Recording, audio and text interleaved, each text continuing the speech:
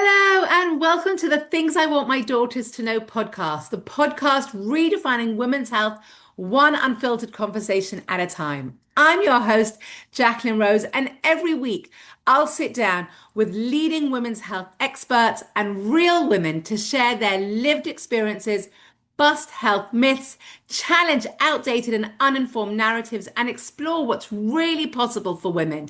We'll talk about periods, fertility, menopause, hormones, aging, and everything in between. This podcast is for every woman who ever felt confused, dismissed, or left out of the conversation about her own health. It is a space to celebrate women, break the silence, and open up conversations between mothers, daughters, sisters, and friends. Please hit the follow or subscribe button so you don't miss an episode and share this podcast with your daughters, family, and friends. Let's get on with the episode. Hello, everyone, and welcome back to the Things I Want My Daughters to Know podcast. And on today's episode, we are going to have a really fascinating conversation. As you know, I love to embrace controversial topics and ruffle some feathers, and there is no person better to do that than Tania, who is joining me today. Tania, welcome. Introduce yourself, tell us who you are, and we're going to get right into our topic. Thank you. Thank you for having me here to ruffle some feathers. I'm always delighted to do that. And my name is Tania Elfersy. I'm an award-winning author. I'm a transformative coach, educator, and really these days I'm working in the perimenopause, menopause space. I also have a book on motherhood, and I really see the themes that come through these different times of our lives: adolescence, motherhood, perimenopause and menopause, bringing them all together and loving, from my perspective, to lean into the wisdom of the body to help us through these times. Yeah, so you've already touched on that phrase that I want you to unpack a little bit. That phrase, wisdom of the body, something that we really don't hear very much. But I know that you also have your own personal story. So maybe share a little bit about what brought you to this field and why you're so passionate about it. And then we'll sort of go into, from your story, that understanding of what this wisdom of the body means and how it relates to us as women. Yeah, okay. So for a long time, for decades, I've been playing with natural health more as an approach to health for myself and my family. I was lucky enough to have three natural pregnancies, three natural births, breastfed my kids, and really saw miraculous moments in my body before I hit this time of change, perimenopause, which I had no clue about in my early 40s. And what happened starting about 43 is I started experiencing symptoms. I just felt like I was falling apart. I was sick a lot. That I hadn't been. I'd been very healthy before then, but I was getting sick a lot. Slight hair loss, mood changes, and I realized that I was having 2 weeks of PMS, as I could describe it. So there are 2 weeks of every month that I felt pretty awful, and then 2 weeks which were a bit calmer. But altogether, I just felt that something was very wrong and something had changed. And like I said, I had no idea about perimenopause, but then I discovered it, heard about it on a webinar back then. That's 12 years ago. Or even more. And so there was much less talk about perimenopause. And Yes. I just thought, oh, menopause, that's, 51. And for some reason, I thought it happened really quickly. And I had no idea. And because at that time in history, we had stopped talking about menopause as a 40-something thing. And it's sort of been cut up. And this idea of perimenopause came about. And the public wasn't very well educated about it. So then I found out about it and I thought, well, this is interesting. And I started investigating it. And all I heard was, it's your hormones, it's your hormones, it's your hormones, it's your hormones. And I thought, well, that's pretty strange because I feel like my hormones have supported me through my life and especially, through birth and post-birth. And so why would they go crazy now? And why would I be blaming my body after it's been so miraculous in my own eyes? And Yeah, so I I think thought that's a that, really important point to really stress here is that our bodies, our hormones are what allows us to do so many things. And we are hormonal beings. And, that's another conversation we can have. But we are, as women, very much dependent on our hormones to create life, to do all these amazing things.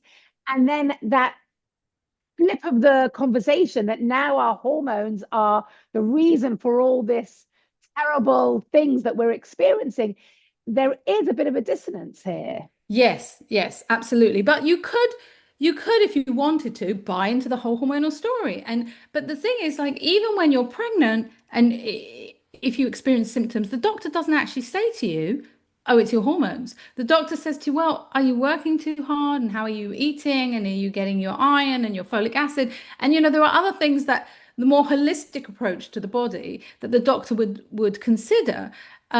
Postpartum, it's a little bit different because then we have this sort of stronger, oh, it's your hormones, crazy depression, blah, blah, blah, which I also would reject. I think it's a very sensitive time.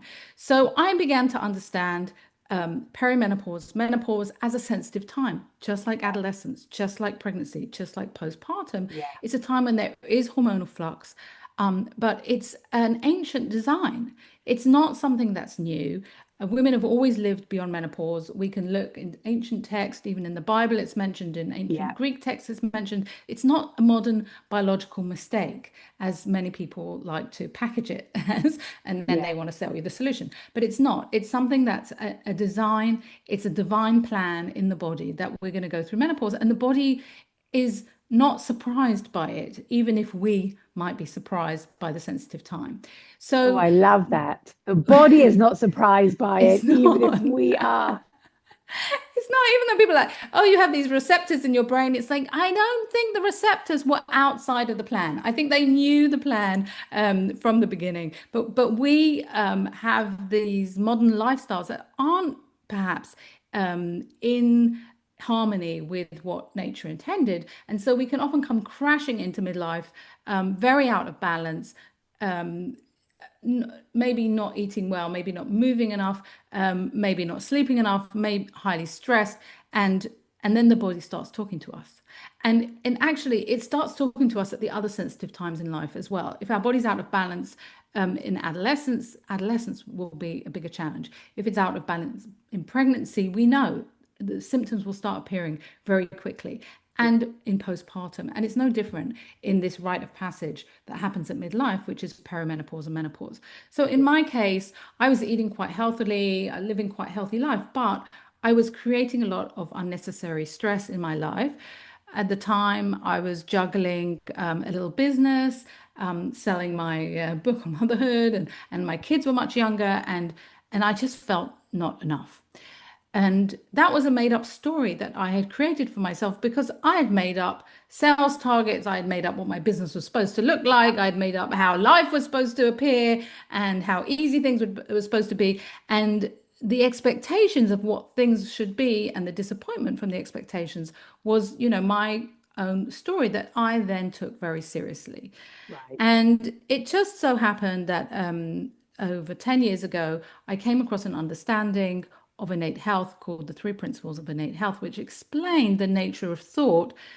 And I suddenly saw, oh, just because there's a thought of I'm not enough that comes into my head, it doesn't mean I need to take that thought seriously. I saw that I had a choice. I didn't have to Mm. take that thought seriously, or I could take that thought seriously. And that was the first time that I'd really seen the option to do that, which is bizarre considering all the decades I'd lived before then. But like, it really like, oh, I don't have to take any thought seriously. And I saw in that moment, I think if I don't take my thoughts so seriously, life will be easier. And it sounds so simple, but it had a very, very profound impact on me. And within days, all my symptoms had cleared up. I had a feeling that my Wow. 2 weeks of PMS might clear up because I kind of connected that to some level of stress. But actually, migraines and night sweats and like skin problems that I was having all cleared up within a few days, as well as the 2 weeks of PMS.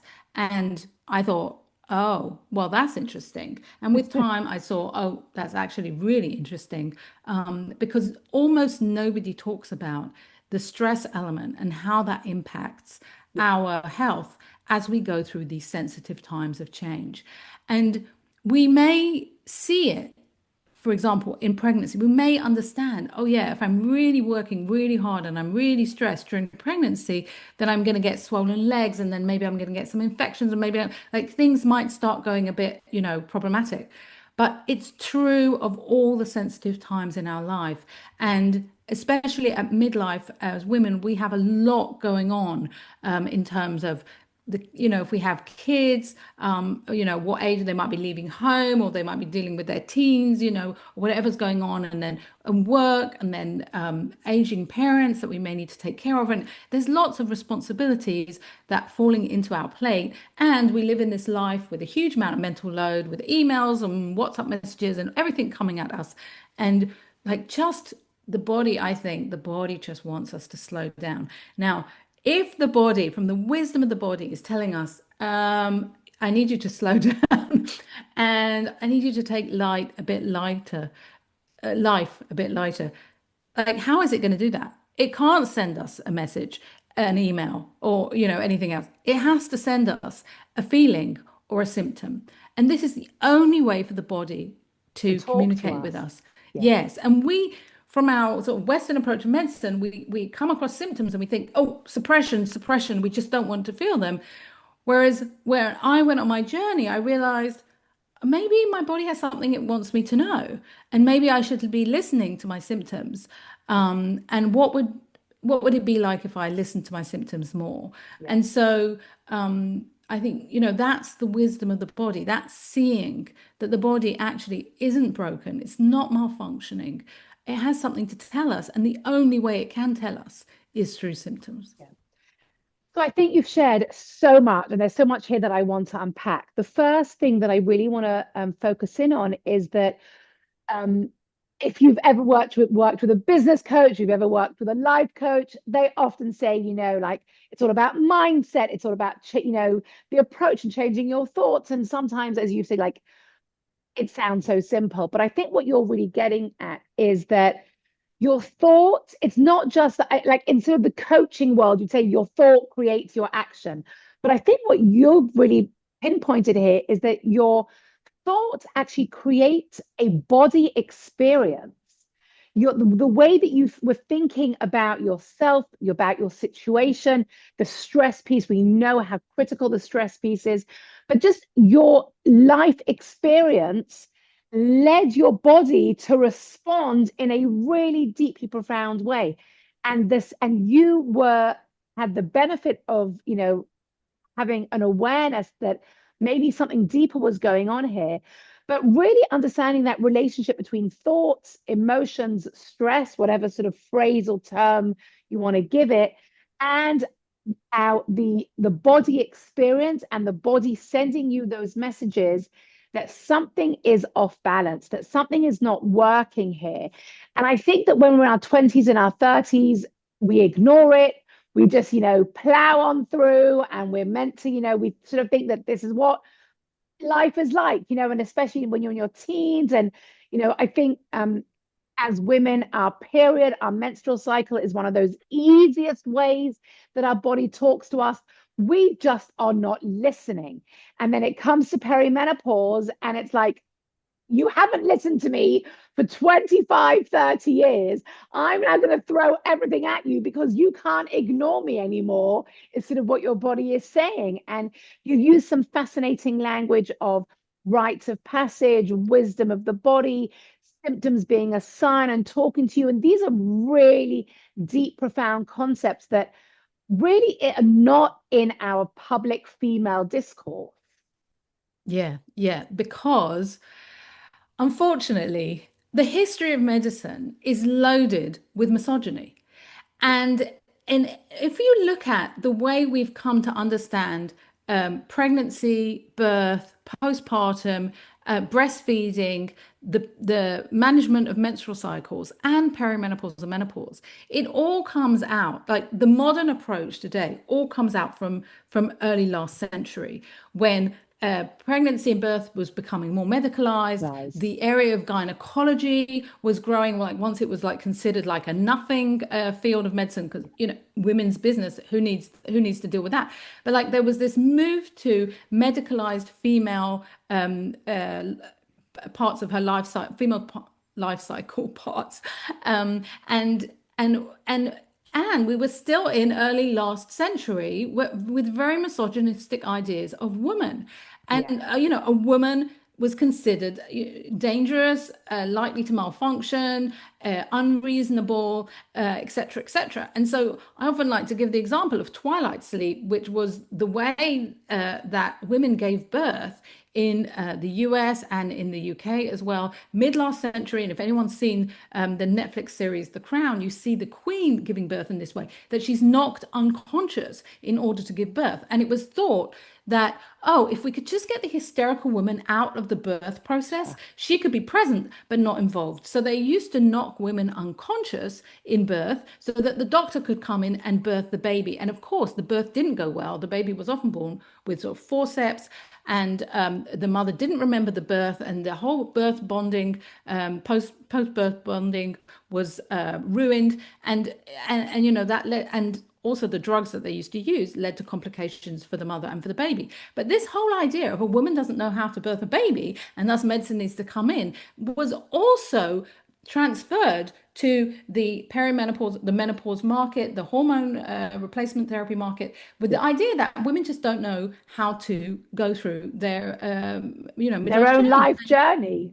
their own life journey, and we need to interfere because we have better knowledge. And everything that we hear today about menopause being a cause of disease and menopause being like a deficiency disease, that all came out, from the mid last century, before any research was carried out on any hormones whatsoever. First came the ideas of this idea of disease, and then came, and then came a solution, as it were, supposed solution, and then there was research, and they haven't actually been able to prove, as far as I'm concerned, that menopause is a cause of disease or should be treated like a disease.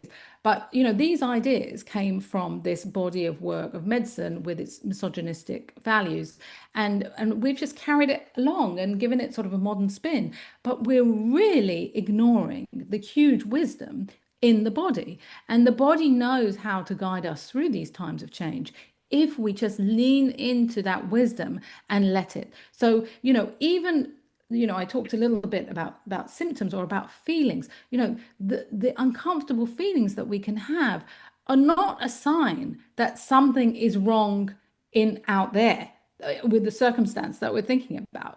For example, my example would be, my little business, but for other people, there'd be it's their relationships or their history of trauma or something like that. The uncomfortable feelings are not telling us that there's something wrong in that circumstance. They're telling us that we're caught up taking a story about circumstance seriously. And it's, so it's about the relationship that we have with thought. So, I can still have the thought that I'm not enough. I just don't take it seriously anymore. So I don't need to, there's all these things going on in our body, and there are all these thoughts coming into our mind, 50,000 thoughts apparently in a day. We don't pay attention to most of them, but like I can't possibly control 50,000 thoughts, and I can't possibly try and change them, but I can have a different relationship with thought, and I can see that thought in the end is fluid, and it's sort of a blip of energy. And so I can have, I can take something very seriously and it becomes a bigger blip of energy, or I can just let it pass and take life a lot lighter. And when we do that, the body thanks us, because the body knows high stress equals health problems. And so that's why when we go into periods of high stress, or when we ignore our diet, or when we just aren't getting enough sleep or aren't moving enough, the body starts talking to us because it loves us. It wants to bring us back into balance, into harmony with good health. And that's part of the brilliant design. We often think, oh, that's malfunction, but it's not. It's brilliance. So can I challenge you a second Go ahead. and ask you a question? Yes. There may be women listening to us who are like, okay, Tania, this is great. I'm just going to think happy thoughts and all my problems will be solved. Tania says, don't take life so seriously. Happy thoughts, rainbows and unicorns, and everything's going to be fine.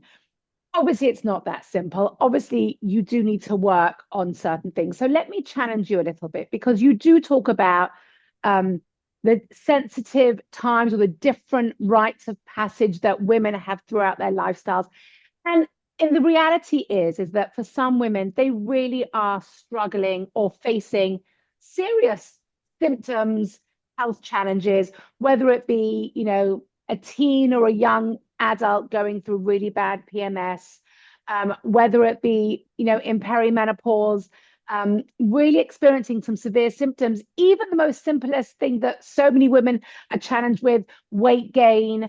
Um, is it as simple as thinking happy thoughts and everything is going to be healed? Or are there certain things that we do need to be a little bit more proactive about? Certain things that we do need to be embracing in terms of lifestyle changes? How do you see sort of these elements coming into play? Yeah. Well, first of all, if I thought that I just needed to be with happy thoughts all day long, like that would be a lot of work. That's a lot of management. And it's not that, because like I said, I can have all kinds of crazy thoughts come into my head. Really, I'm not immune to that. I'm not a gatekeeper. I don't need to be a gatekeeper of my thoughts. And I don't need to worry about, oh, I must be in a happy thought. It's not that. It's an awareness of that just because a thought comes into my head doesn't mean it's true.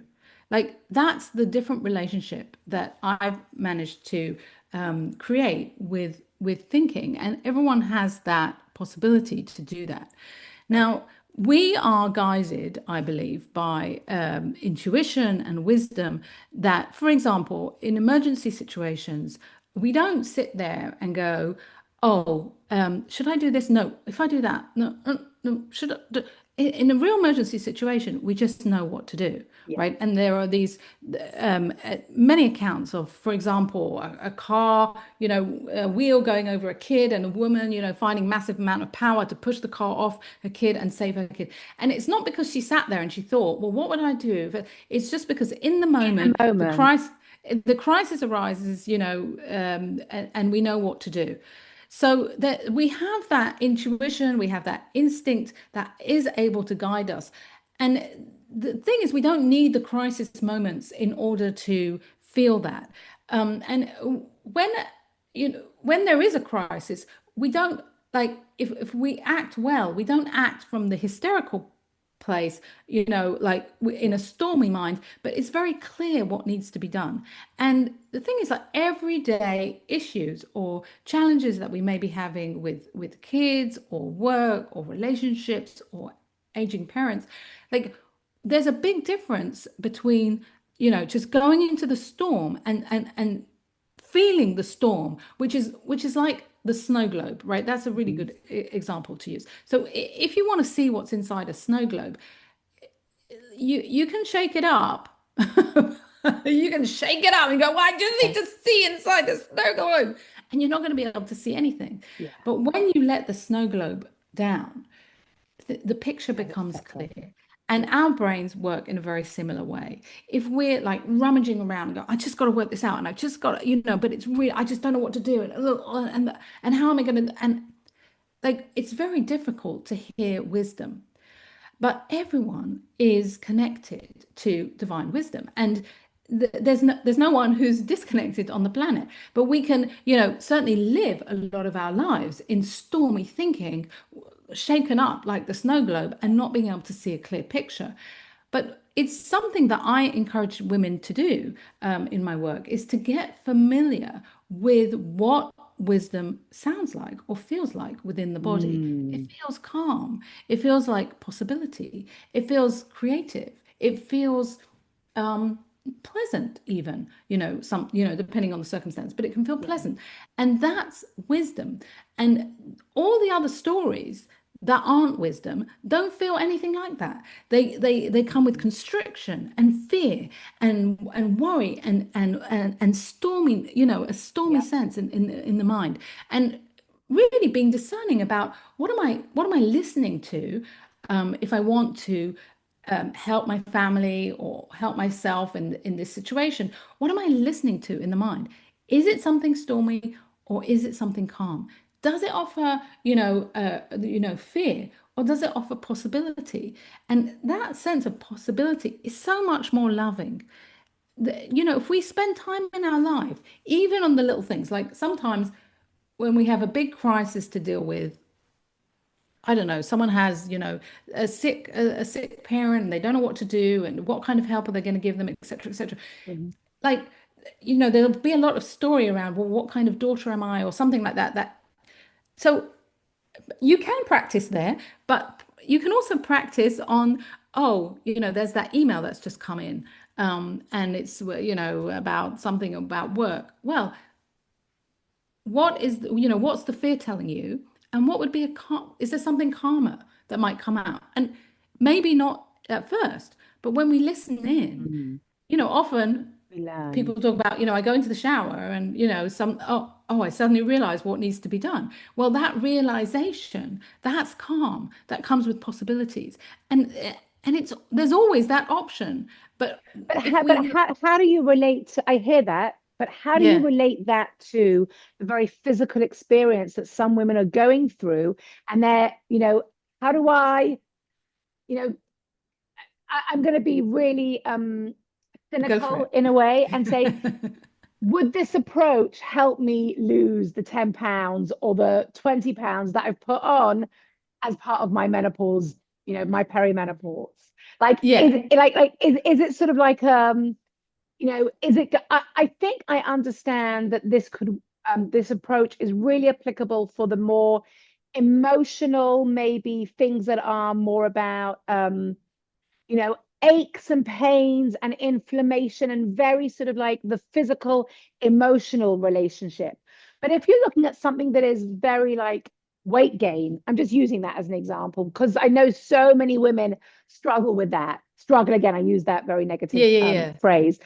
Are they gonna, I want our listeners to understand how this approach really applies in practical ways for Yes. them, Okay. because I believe in what you're saying, and I really, really know that the wisdom of the body is an important thing that we do not have, that we have lost connection with. But I want to bring it down to a more practical Yes. element. Okay. So let's take weight gain because that's something also I have experienced. As soon as I am postmenopausal and as soon as my period stopped, then there's been some weight gain. And there is like you can get fixated on your dress size and say, well, I never was this dress size, and is this the dress size that my mother was? And you can get fit. And again, how does that feel, right?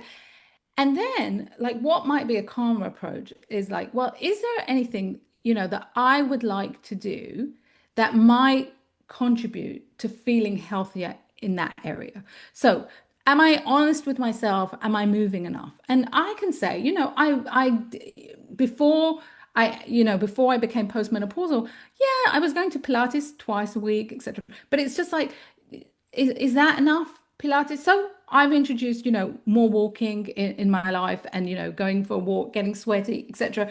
And so do I feel healthier with that? Yeah, I do feel healthy with that. Now, am I going to go back again and say, well, first of all, I never weigh myself, so I don't know how about that. But it's just like, but you can feel with your clothes. So do I feel like, and am I going to get upset by a number or by how my clothes feel? Or can I just say, oh, you know what? I remember what healthy feels like. I know what healthy feels like. So can I just see what I can do to make myself healthy? So I already eat, very healthily and mostly organic and I hope, I live a healthy lifestyle. But like, is there something else that perhaps I could do that I could feel healthier. And is that not a bonus if I'm now, walking more? Yeah, I think it is because I think, that's good for my overall health. But I can get caught up in but I didn't used to be this size. Okay, how does that feel? So it's not only like I'll give another example of like night sweats because night sweats. I know lots of women like they have night sweats. They wake up in the night and then they go into panic mode, and it's like because oh God, I've got to get up for work in the morning and I'm not, like when am I going to fall asleep and what do I need to do? And my God, should I change my night shirt? Should I not? Should I? And we can have a different experience of the night sweat if we just understand this is coming to tell me something, right? It's just coming because I'm not completely imbalanced. And I receive that message with love, okay? And I will be fine because when we understand the body in its brilliance of design, we can remember, you know what? It's not like the body hasn't forgotten how important sleep is, right? I often say that to women. They're like, because they just can't see. I say, do you think the body's forgotten that you need to sleep? No, because I really don't. Like, and so in the end, we will be able to cope and we actually go to sleep much quicker if we don't lie there and say, oh my God, when am I going back to sleep and what's going to happen tomorrow at work and what's going to, if we just say, okay, this has come, I've woken up and I'm fine. Like, am I not fine? I'm fine. Like, but for my thinking that I'm not fine, I'm actually fine. And it's like returning to presence, returning to the moment, and realizing I'm actually fine and really trusting the body. The body knows it's not there to betray me or, make me suffer. Like, that's not the point of life. The body only expresses itself through love, even when we feel we can interpret that as not love. But these symptoms that we experience are just this gentle nudge to try and make us to lighten up, maybe eat a little better, maybe move a little more, etc. And we can just accept it as love and understand we are graduating, I like to say, to wiser women. We're moving to management level at this stage in life. And we need different skills than we had, in our 30s or in our 20s when, perhaps mothering, was on the agenda. And, that we needed different skills then, and we need different skills as we move to the wiser woman because we have a different role to play for humanity. And there's no point in us staying in the same level of consciousness that we were in our 20s and 30s. Things are changing. It's this brilliant rite of passage to help us graduate to a new level. And so we need to learn something about health, about ourselves, and that's going to preserve our health as we move forward. All these lifestyle changes that we can make now, it's absolutely brilliant for us as, we move into old age. So, yeah. Yeah, I think what you're saying is so, so profound. And I think one of the things that struck me in what you said is really being honest with yourself about, is this serving you? Is this, when you mentioned about the weight piece of it, you know, do I feel like I am living the healthiest life I can if I just sit and listen and be honest with myself? And if I am, then the weight is the weight that is serving me at this most optimal healthy lifestyle. And if you're really honest and you're like, you know what, I could do a bit more walking. You know what, I could cut out maybe some sugar. I could increase my protein. I could do, just not with any shame, guilt, judgment, or pressure and stress. And I think that's often another element is that the weight conversation, the fitting into or not fitting into the dress, the comparing yourself to your friends or other people adds such a level of stress, which we know doesn't help. But again, Yeah. with any of the symptoms or with any of the experiences, is just sitting with yourself and saying, as you've said so eloquently, my body knows how to be healthy. Am I listening to that? And so often it's the noise, it's all the background noise that is interrupting those lines of communication. Yeah, yeah. And it's not only like the body knows how to be healthy and is trying to get us back onto that path. Yeah. And in honesty, honesty, we know what healthy feels like.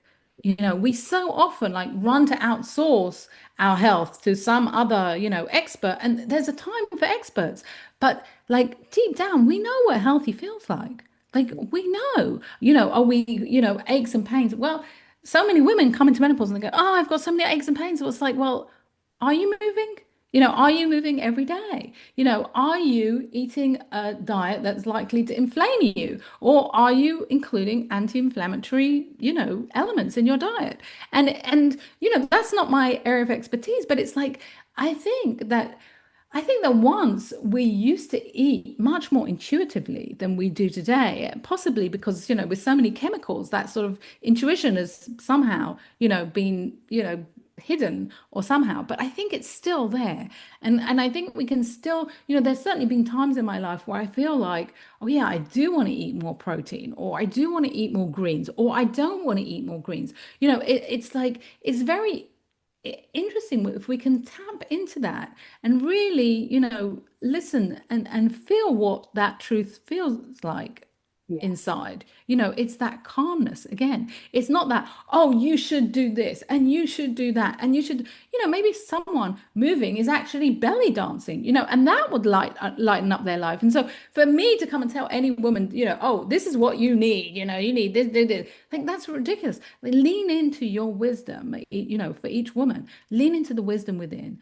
And what could you do that might create, a more healthier life for you? And again, don't ignore the stress element, because I speak to so many women. They're like, I'm, doing this much. I go to the gym and I'm eating this and I'm eating that. And I'm like, well, how about stress?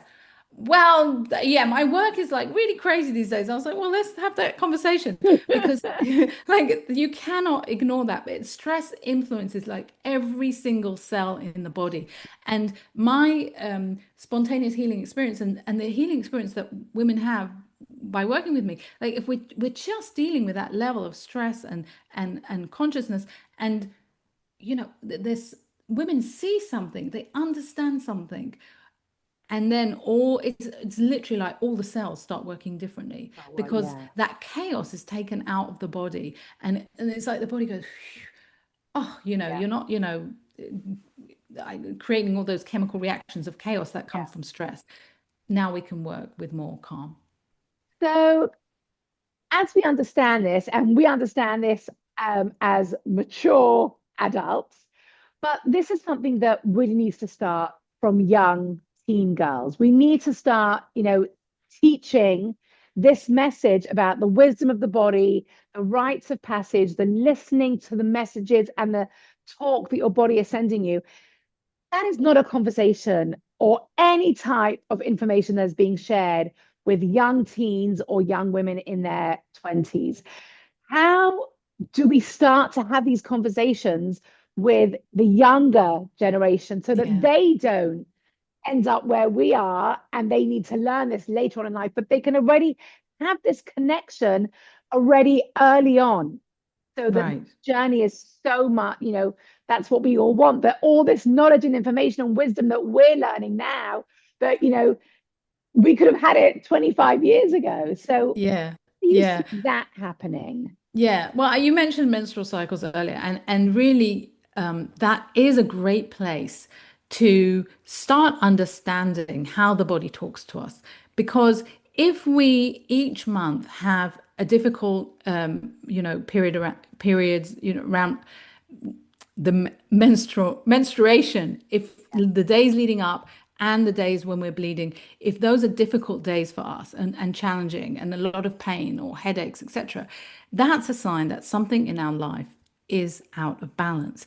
And so, it took me a while to understand this as well. I didn't know this as a teenager, but we can look at our menstrual cycle as how we experience the menstruation as a picture of what's going on in our month, Yeah. in our lives. And so it's like you said, the days before menstruation, it's like a little knock on the door, and we can say, oh, I'm so emotional because my hormones, because this, because that.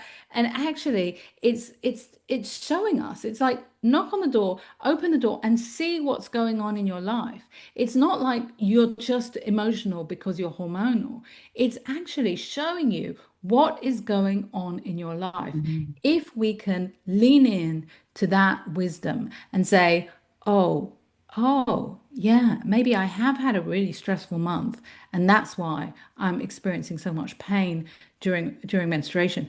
And we can, track menstruation and the different times of the month, etc. And at the same time, I I say, don't think that, oh, just because you're approaching your bleed, that means you have to have this kind of experience. Yeah, Because that's also, not true. It could mean that your body says to you, slow down. And this is something that I really learned, in the last few years while I was menstruating, that the days before menstruation, my body really called for me to slow down. And if I didn't answer that call, then I would likely have a headache and more pain, etc. But if I did, I said, oh yeah, I'm just going to sleep, early. I'm going to sleep early for a few days because I really feel it in my body. And I'm not going to say, okay, time for another coffee, time to pop a pill, time just to push through, but say, oh wow, my body really wants me to slow down and really listening to that call, then we just have such an easier time during these sensitive times of the month, while we're menstruating. And then as we approach menopause, it's a sensitive time in years when we just start listening and listening to the call to slow down and not trying to fight through and not trying to, pill through it or something like that. There's a real difference. yeah. No, it's fascinating what you're saying. And I think these are things that we really need to bring into much more the women's health conversation rather than turning to that medicalization of it. Well, I'm having really severe PMS, so let me just take the pill. I'm having really, really bad symptoms. Let's take some medication to, as you said, treat the symptoms rather than asking the questions of why is this happening? And that I think change is beginning to happen, but we still very much are in the world of treat the symptoms, not ask the questions, why are those symptoms occurring? Right. Um, as we come sort of towards the end of our conversation, I do just want to ask you, because I know you have a lot to say about this, with respect to the menopause conversation and that whole hormonal therapy sort of thing that's going on. The pendulum has swung in the menopause conversation since 2002, where hormones equaled cancer and no hormone was given to any woman, and women basically overnight went from receiving hormonal treatment to not receiving hormonal treatment. And now the pendulum has swung again now to the other side, where hormones are the saving grace of every woman's menopausal experience. Um, Using your framework and your language and sort of your understanding, how do you relate to this and our aging as women, and that as we age there are going to be all these things happening and we really need to have that hormonal support to help us? Yeah, yeah. Well, I understand that 2002 Women's Health Initiative results a bit differently from the narrative around it. And Why does that basically, not surprise me? yes. Well, if you look at the history of HRT, what was happening at the time was that um, there was a push to encourage women to take HRT to reduce heart disease. And the thing is, that story was made up. There were no studies that said that HRT reduced heart disease. And then there were two studies that were carried out. One was the HERS, what's known as the HERS study in the 1990s, and then the WHI, the Women's Health Initiative, that was stopped in 2002. And both studies showed that there was no evidence. Those studies were put together because they wanted to prove that HRT prevented heart disease, and both those studies showed that it didn't. And so, actually, the headline that should have come out of WHI is that HRT does not prevent heart disease, and the medicine had lied to you for all those years, and many women had been taking HRT because they thought it would prevent heart disease. And the thing is that what happens with many many doctors who quote research to try and back up the argument that women need HRT to prevent disease are relying on research that has been carried out on women who had a pre-existing condition that led to a hysterectomy, often with ovary removal. Now, I often say to women, if you've had a hysterectomy, I'm not medicine, I'm not a medical doctor, so I'm not giving out medical advice. But I do tell women that even if you've had these surgical procedures, your body remains wise. It remains as brilliant as it was before, but it does go into a shock, an episode of shock.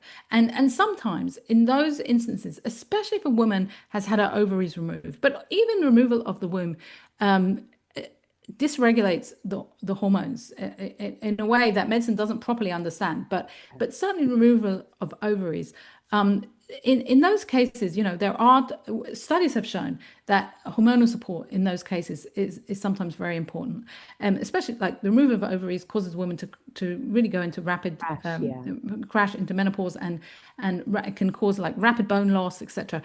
So for those cases, that's one thing, but a woman who goes through natural menopause is on a completely different health trajectory, because these surgical procedures come with high risks, especially the removal of ovaries, and that's been shown in studies. But to assume that studies then done on women who had a pre-existing condition that led to a hysterectomy, with or without ovary removal, that those studies are useful for women in natural menopause is it's nonsense in terms of science. It's nonsense. But when you look at even I talk about this, the head of the FDA has, wrote a book, and he has a chapter in there on HRT, and every single study that he cites to suggest that women need HRT to prevent heart disease or bone loss, etc., or brain health, they're all relying on studies carried out on women post hysterectomy, or with the ovary removal, and that's just it's nonsense, as I said, to assume that is then true for women in natural menopause. And when you look at the studies of women in natural menopause, no matter how many they come up with, the large randomized control trials have not found a positive impact from HRT on heart disease over the long term, on cognitive health. In fact, the opposite is really been found in large randomized controlled trials and the largest observational studies. And in terms of bone health, I'd like to explain, because I know that women are taking HRT not because their symptoms are so bad, but because they're saying, "Oh, I don't want to get osteoporosis like my mother." It's going to be protected as a protective, proactive, protective yes. So strategy. let's explain bone health. Again, the studies that were carried out on women post hysterectomy with ovary removal, and that is a very different case, because your bone density can rapidly drop. However, for women in natural menopause, if you are taking HRT with the belief that you are preventing bone loss or case of osteoporosis down the line, let's think about it logically. Most women will take hormones for a period of time at midlife, because studies have shown that the long-term use, 7+, 10+ years, increase risks of numerous diseases and conditions. So most doctors would not feel comfortable prescribing for more than 7 or 10 years around the menopause time.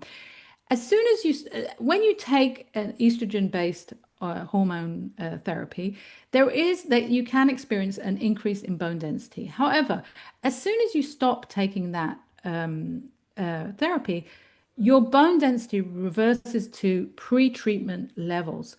So if you take estrogen or HRT at midlife, believing that you're going to prevent a case of osteoporosis 20 years down the line, you're mistaken, because as soon as you stop, it will be reversed. Then you say, well, should I keep on taking it? Yes. So, which is some of the menopause specialists that we know. You take it for life. You take it for life. And that is not based on any large randomized control trial. So if you want to be the guinea pig between you and your doctor, just know the risks that are involved, because what they showed particularly in the Women's Health Initiative in 2002, the first criticism of it was, it included lots of women who had been taking HRT for more than 10 years post-menopause, and that worsened the outcomes. Well, Yes, those women were taking it because back then they were also telling women take it for life, and that's why they were included in the Women's Health Initiative. So, all the the large randomized controlled trials have shown that increased risks of disease if you keep on taking it more than 10 years beyond menopause. Mhm. So you need to weigh up the benefits and risks if you're going to take it long term and understand that you're a guinea pig. And then people say, well, these are, the new forms of HRT, bioidentical HRT. Unless there is, a long-term trial showing the long-term benefits, more than the long-term risks, greater benefit than risk. Your doctor is making it up because she can Yeah. At suggest the that moment, there perhaps isn't the information to really show that. there isn't The other information. thing that I want to add to your very controversial statements now, because I know that a lot of people are going to That's be fine. yeah, no, and I know, and I don't have a problem with what you're saying. I think that what you are bringing up here is that there is so much we don't know. There is not enough research and study. What has been done hasn't been done for long enough, and doctors are recommending things based on either research that is focused on other women's health conditions or other women's health situations, and you know um, transposing it onto a Yeah, normative yeah, woman. But one of the other things that I think is not discussed enough, and I know that you'll also have what to say about this, is that no one is asking the questions about what a woman's health journey has been prior to perimenopause. So, was she on the pill for 30 years? yeah, yeah, Was she on a low fat diet? Because that's what we were all doing in the 80s and 90s. And yes, how is that impacting her cognitive function in postmenopause? How is that impacting her health journey? No one's talking about any research of how your menopausal symptoms or how you age in postmenopause has been impacted by maybe you're on the pill for 30 years, the oral contraceptive pill, or were you taking other medication, or what else was going yeah, on? What was your lifestyle and diet in those 30 years leading up to perimenopause and menopause? You can't just, I don't think it's intellectually honest to decide a woman's postmenopausal health journey based on what goes on in the 10 years of perimenopause. I yeah. think that's not the way that we really want to understand a woman's health experience. Yeah, and once again, what's happening is there are preconceived ideas about women and preconceived ideas about, disease and women and disease and aging women and disease, and those are like put onto the HRT debate, and then like some conclusions are drawn not based on real science. And so, for example, on the cognitive health issue, really the largest studies have found a negative impact from HRT on cognitive health, on dementia and Alzheimer's. But there were some small, really strangely designed short studies that, managed to find, observational studies that they concluded that there was a positive impact. But like I said, the largest studies show the opposite, that there's a negative impact. But here's what we should do. What scientists are trying to do is they're saying, oh, well, more women than men have dementia, and women go through menopause. Oh, and dementia happens after menopause. So menopause is the cause of dementia. Now, let's look at a woman's life. What is different from a woman's life compared to a man's life? And you mentioned some of those things. Contraceptive pill. Women are more likely to be on antidepressants. Women who've had hysterectomies and ovary removals. Women perhaps use toxic cookware more than men. Women's Women skincare carry more of a products. burden and responsibility and stress in Yeah, in the life, in family the life, family which life. which also looks very different today in terms of a grandmother's role in the family as it used to do. Women use perhaps more toxic cleaning products in her life. Women, I'm sure we could find, many more things that women are more exposed to than men, and we should be looking at those things rather than saying, oh, the fix for dementia must be HRT. No, no, no, no. But Or here's the what we know. reason for increased dementia must be because It's of be menopause. menopause. Yes, It's creating menopause again as a natural, normal women's um, life stage as the problem to fix. right, right. And what we can do actually, and what I like to do, is look at the healthiest societies in the world, which are blue zones. And in blue zones, we can see, Oh, well, are there the same numbers of women with heart disease, with dementia, with bone, Osteoporosis. osteoporosis? And the answer is no. But those women in blue zones also go through the menopause, also have lower levels of hormones, and do not rely on HRT post-menopause. So the is it menopause that's the cause of disease, or is it our lifestyle? And the fact is that the longer you live a lifestyle that's out of balance, the more at risk you are of disease. That's just, like a logical statement to make. So at the same time, we can say, wow, actually, we're lucky with menopause because menopause, being this sensitive time at midlife, comes to us as a wake-up call. And it comes to us as it says, look, you want to age, and have a long life, until 120. So you want to be on that path. Well, perhaps we need to make some adjustments. Perhaps we need to look at your diet. Perhaps we need to look at movement. Perhaps we need to look at stress in life. And perhaps we shouldn't be on long-term medications that, increase the risk of side effects and other conditions, etc. And see how we can get into a healthier place. And that will serve us decades beyond menopause. So we need to, move away from that fear, like that. It's just not serving us. Oh, I need to take a medicine because of a fear of disease, 20 or 30 years ahead. No, look at your lifestyle. Look at what you can do. And like I said, what fit and healthy feels like. Search out how you can get into that place. Well, that's amazing. As we end, I'm asking every guest the same question. So this podcast is all about the things that I want my daughters to know.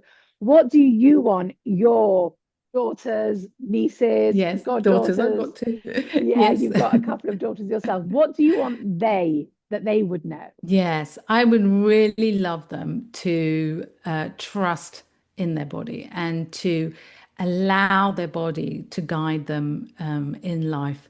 And I hope, I've offered that kind of approach, at home where I can drip, drip, drip these ideas. We know that daughters do not listen to their mothers, No, I was going to so exactly say that. They're going to be on their own journey, but, in the back of their but they mind, do, it comes yeah. back around. It It does comes, come it back comes, around. and I, and sometimes in crisis, I hear them say something, and they're angry, and then they say something. I'm like, yes, exactly, exactly, yes, that's it. And so really, really trusting in the body, really understanding that it is here to serve us, to allow us to have this joyous experience, which is the human experience, and and it's here to guide us when we know how to tap in to that wisdom within. We're not disconnected. We can never disconnect. And no part of our body, not our hormones and not any other part, can be disconnected from the wisdom in the body. Amazing. Thank you, Tania. This has been really fantastic. Where can people find you if they want to learn more about you, about your work, about your books? Yes. So the easiest place is my website, which is thewiserwoman.com, thewiserwoman.com. I'm also on Facebook, on X. You can look me up by my name. And Amazing. yes, happy to answer any questions that anyone has. Yes, Amazing. lovely. Well, thank you for joining me Thank on you. this episode of my podcast. And thank you, everyone, for listening. Feel free to reach out to me, to Tania, with any comments. We look forward to hearing from you and looking forward to sharing another episode with you on the next time we meet at the Things I Want My Daughters to Know podcast. Have a great day, everyone. Thank you.